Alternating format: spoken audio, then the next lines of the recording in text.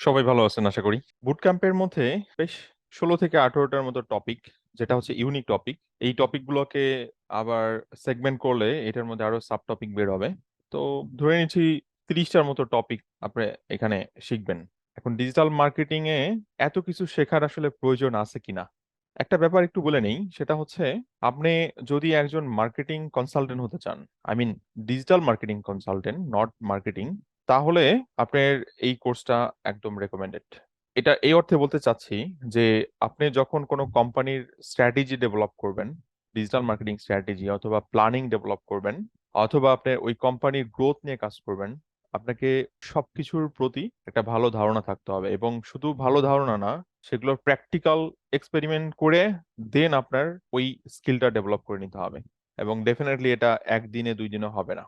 আমি এইটা ডেফিনেটলি 1-2 বছরে শিখিনি। আমার ক্যারিয়ার এই সেক্টরে অলমোস্ট 10 বছর।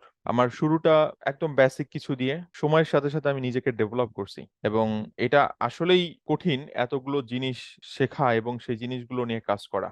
সত্যি কথা বলতে আমি নিজেও সবকিছু নিয়ে কাজ করি না, কিন্তু যখন যেটা প্রয়োজন হয় আমি সেটা হয়তো একটু দেখে আমি আবার কাজ স্টার্ট করি, কারণ এত জিনিস আসলে আমি চাইলেও মনে রাখতে পারবো না। সময়ের সাথে সাথে আমি নিজেকে ডেভেলপ করছি এই টপিকগুলোর উপর বেস করে। আমি জানি এগুলো রেগুলার বেসিসে কাজ হচ্ছে।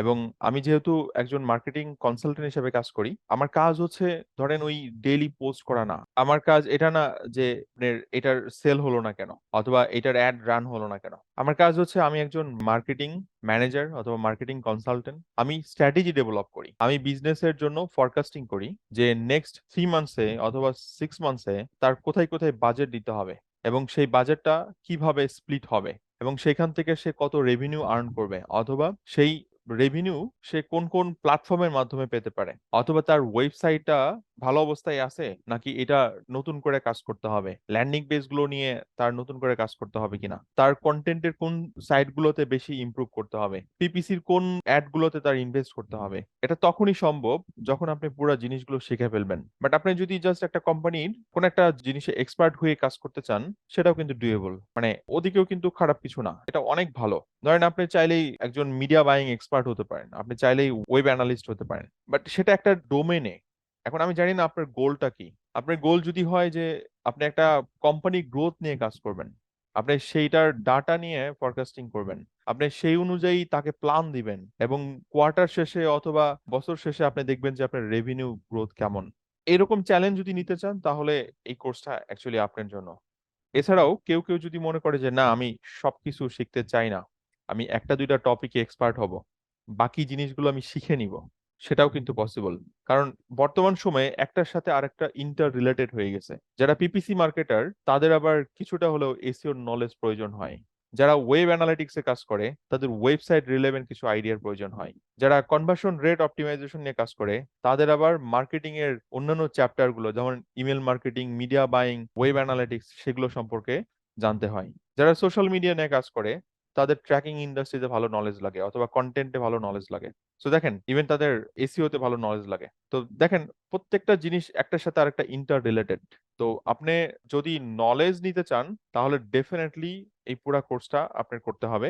আপনি 6 মাস পরে যে আপনি ডিসিশন নেবেন আপনি কোন দিকে নিজেকে প্রিপেয়ার করবেন, কারণ আমি যা শিখাবো সেগুলো বিগিনার টু অ্যাডভান্স লেভেলের। বাট আপনার যদি মনে হয় যে এত অল্প সময়ের মধ্যে আমি এত কিছু শিখাতে পারবো না, তাহলে আপনার ধারণা ভুল। কারণ হচ্ছে আমি অ্যাকচুয়ালি 4 দিন আপনার সাথে অ্যাক্টিভিটিসে ইনভলভ হব। 2 দিন আপনি অলরেডি ভিডিও পাবেন, সেই ভিডিওগুলো দেখবেন, এবং বাকি 2 দিন হবে লাইভ ক্লাস। মজার ব্যাপার হচ্ছে, আপনি যে লাইভ ক্লাসটা করবেন সেই লাইভ ক্লাসের আগেই সেই ভিডিওটা পেয়ে যাবেন। আপনি আগেই সেটা বাসা থেকে প্র্যাকটিস করে এসে আবার আমার লাইভ ক্লাসে জয়েন করবেন, সেই জিনিসটা শিখবেন এবং রিয়েল টাইম প্র্যাকটিক্যাল এক্সাম্পল দেখবেন। তো এরকম আপনি যখন 18-20টা টপিক শিখবেন, আপনার কনফিডেন্স লেভেলটা অন্য জায়গায় চলে যাবে। বাট এটা সত্য, আপনি সবকিছু শেখার পর আপনি কনফিউজ হয়ে যাবেন অ্যাকচুয়ালি আপনি কোনটা নিয়ে কাজ করবেন। এটা হওয়াটাই স্বাভাবিক।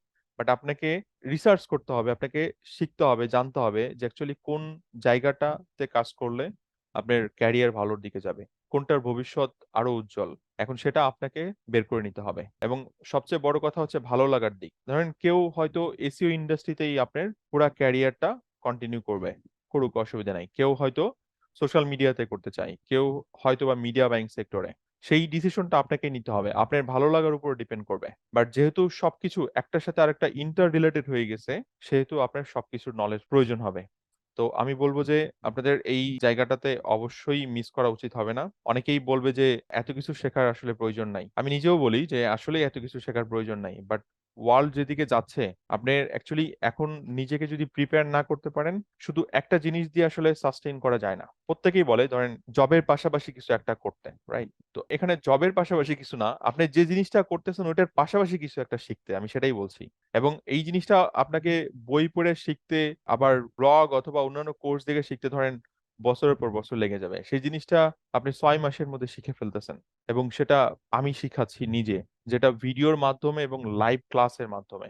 এবং সেই জিনিসটাই আবার আপনার এজেন্সি ওয়েবসাইট, যেটা আমি এই প্রজেক্টের মাধ্যমে দেখাবো, আপনার এজেন্সি ওয়েবসাইটে ইমপ্লিমেন্ট করতেছেন।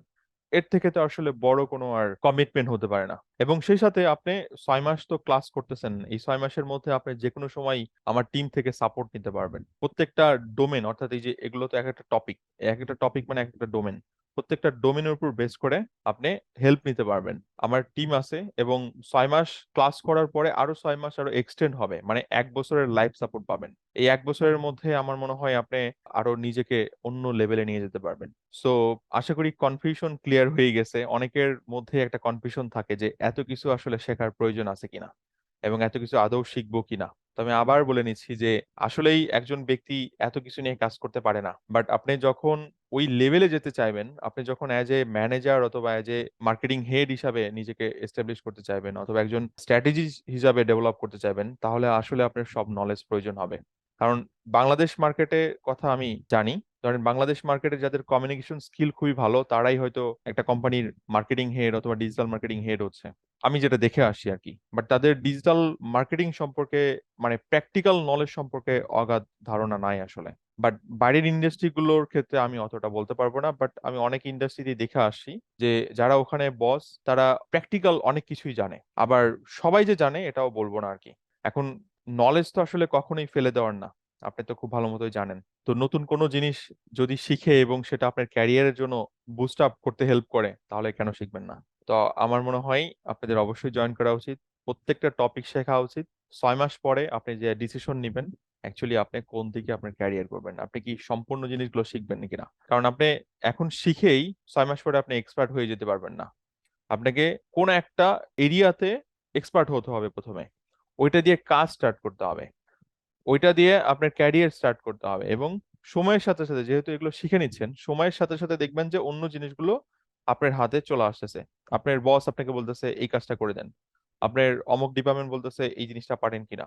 আপনি নতুন যখন জব সুইচ করবেন, তখন আপনাকে দেখবে যে আপনার আপস্কিলিং এরিয়াগুলো কি, আর কি কি জিনিস আপনি জানেন, রাইট? তার মানে এখনই সেই প্রসেসটা শুরু হয়ে যাচ্ছে, যেটা আপনার হয়তো বা আরো অনেক পরে শুরু করতেন আপনি, বাট সেটা আমি এখনই করে দিচ্ছি। কারণ আমি তো জব করে আসি, আমি নিজে জানি, আসলে আমি প্রসেসগুলো জানি। এবং আপনি যখন কোনো টিমের লিডার হবেন, আপনার নলেজের কোনো ঘাটতি থাকা যাবে না।